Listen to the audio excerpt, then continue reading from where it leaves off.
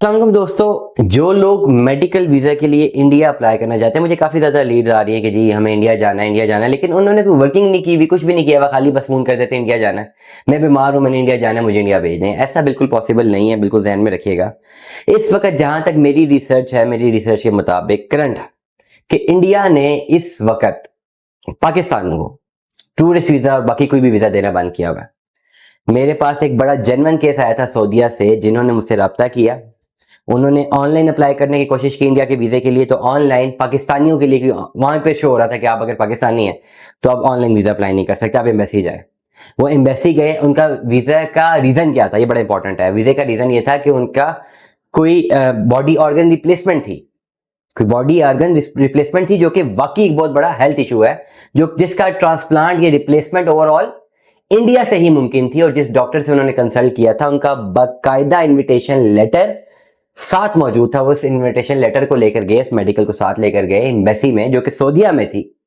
वहां पे वो गए, उन्होंने सबमिट करवाई, इंडियन एम्बेसी रिफ्यूज किया। आपका पाकिस्तानी पासपोर्ट है, भले आप सऊदीया से अप्लाई कर रहे हैं, आपने सऊदीया से जाना और सऊदीया से वापस आना है, वी रिफ्यूज, हम आपको वीजा नहीं दे सकते because you are a Pakistani. तो वेरी स्ट्रेट फॉरवर्ड ये केस मेरे सामने पास आया, उन्होंने भाई मुझसे रब्ता किया और उन्होंने बड़ा कोशिश की कि हो सके, लेकिन टिल डेट नहीं मिल सकता। जब एम्बेसी ने रिफ्यूज कर दिया और मेडिकल ग्राउंड से रिफ्यूज कर दिया। मेडिकल ग्राउंड से कैसे ग्राउंड होते हैं, मेरी बात याद रखिएगा कि इवन कि आप जेल में भी हैं, आप किसी बड़े से बड़े जुर्म के मुर्तकिब है और आप जेल में हैं और आप मेडिकल ग्राउंड्स में हैं, तो आपको जेल से बाहर भी निकाला जा सकता है, आपको हॉस्पिटल भी शिफ्ट किया जा सकता है, आपको बेल भी मिल सकती है ऑन मेडिकल ग्राउंड्स।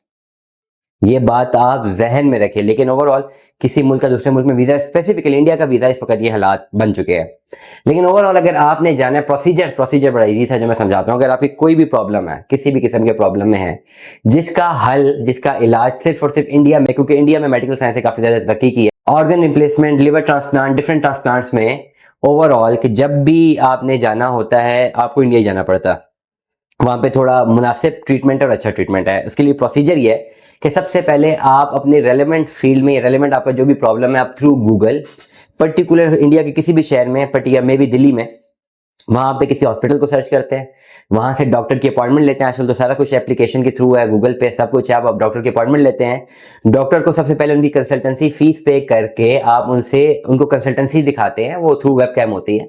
उसके बाद अपनी रिपोर्ट्स वगैरह ये सारी चीज़ें उनको भेजते हैं। ये सारा कुछ ऑनलाइन होता है। और अगर ये डॉक्टर समझते हैं कि हाँ आपका ये मैटर बड़ा इंपॉर्टेंट है और आपको मेडिकल ग्राउंड्स में आना चाहिए, तो फिर वो एक लेटर लिखते हैं जिसमें वो बता देते हैं आपका नाम और डिटेल्स, उसमें लिख देते हैं कि जी आप, वो सजेस्ट करते हैं कि उनको यहाँ पे आना है। वो लेटर जो है आप वो लेकर जाते हैं एम्बेसी में, और एम्बेसी में फिजिकली जाके आपको ये वीज़ा प्रोसेस होता है इंडिया का, अगर आपने इंडिया का वीज़ा अप्लाई करना है ऑन मेडिकल ग्राउंड। इसके अलावा इंडिया का कोई टूरिस्ट वीज़ा और ओवरऑल कोई और वीज़ा नहीं है अभी पाकिस्तान से।